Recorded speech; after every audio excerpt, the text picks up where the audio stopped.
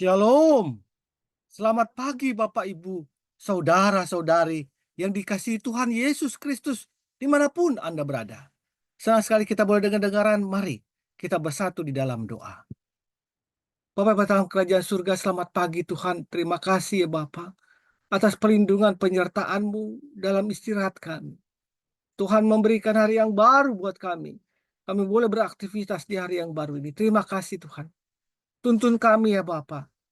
Pimpin kami ya Tuhan. Dan kami boleh berjalan sesuai dengan seturut kehendak Tuhan. Di dalam nama Tuhan Yesus Kristus Tuhan kami yang hidup kami berdoa. Amin.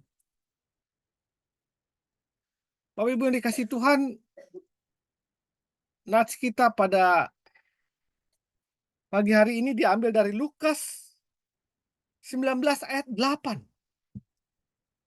Namun Zakheus berdiri dan berkata kepada Tuhan, Tuhan, lihatlah, setengah dari milikku akan kuberikan kepada orang miskin. Dan sekiranya ada sesuatu yang kuperas dari seseorang, akan kukembalikan 4 kali lipat. Pertobatan dengan memberlakukan keadilan. Profesi sebagai pemungut cukai pada zaman Yesus dibenci banyak orang. Karena Zakheus, kepala pemungut cukai, dia dibenci, dianggap sebagai lintah darat dan kaki tangan penjajah Romawi. Ia menjadi kaya raya karena berhasil memeras rakyat. Secara sosial keagamaan, Zakheus adalah musuh orang banyak. Tetapi Yesus melihatnya berbeda. Yesus justru menyapa dan menumpang di rumah Zakheus. Efek dari kehadiran Yesus di rumah Zakheus itu adalah Zakheus mengalami pertobatan yang dinyatakan dengan percaya pernyataan, Tuhan, lihatlah, setengah dari milikku akan kuberikan kepada orang miskin. Dan sekiranya ada sesuatu yang kuperas dari seseorang, akan kukembalikan 4 kali lipat. Lukas 19 ayat 8. Zakheus bisa bertobat. Zakheus bisa berbalik 180 derajat, metanoia. Pertobatan ketika dia bertemu dengan Yesus Kristus. Bapak Ibu yang dikasihi Tuhan. Pertobatan harus dilakukan dengan perbuatan. Pertobatan barulah bermakna apabila dinyatakan dalam pembaharuan hidup seseorang dan perilaku seseorang. Di hadapan Tuhan tidak dapat dianggap bertobat apabila dia hanya masih sebatas penyesalan. Di hadapan Tuhan kita tidak dapat dianggap bertobat jika kita masih sebatas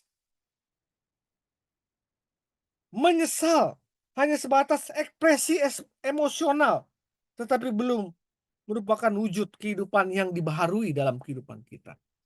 Padahal makna pertobatan adalah metanoia, perubahan orientasi dan perilaku kehidupan secara total dan radikal, yaitu dari kehidupan yang duniawi berubah menjadi kehidupan yang benar di hadapan Allah.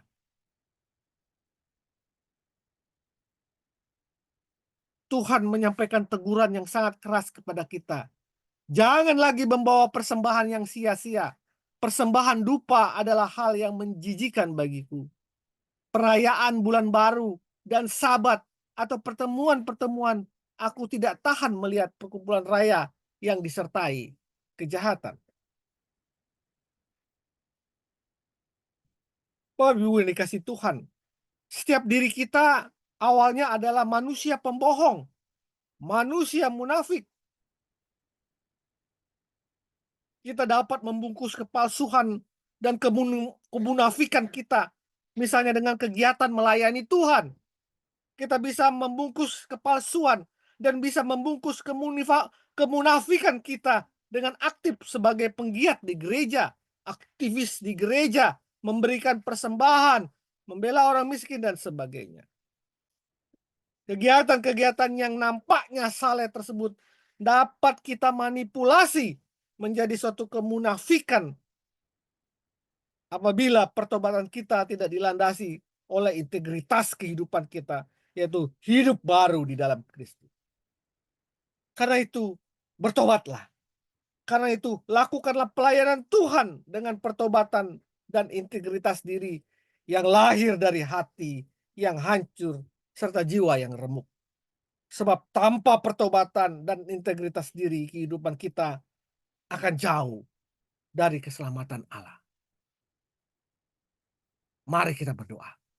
Bapa yang dalam kerajaan surga, buanglah segala kemunafikan, kepalsuan dalam hidupku. Aku mau metanoia, bertobat seluruh kehidupanku, integritas kehidupanku ke dalam tangan Tuhan. Datanglah Tuhan, rubahlah hidupku. Di dalam nama Tuhan Yesus aku berdoa. Amin.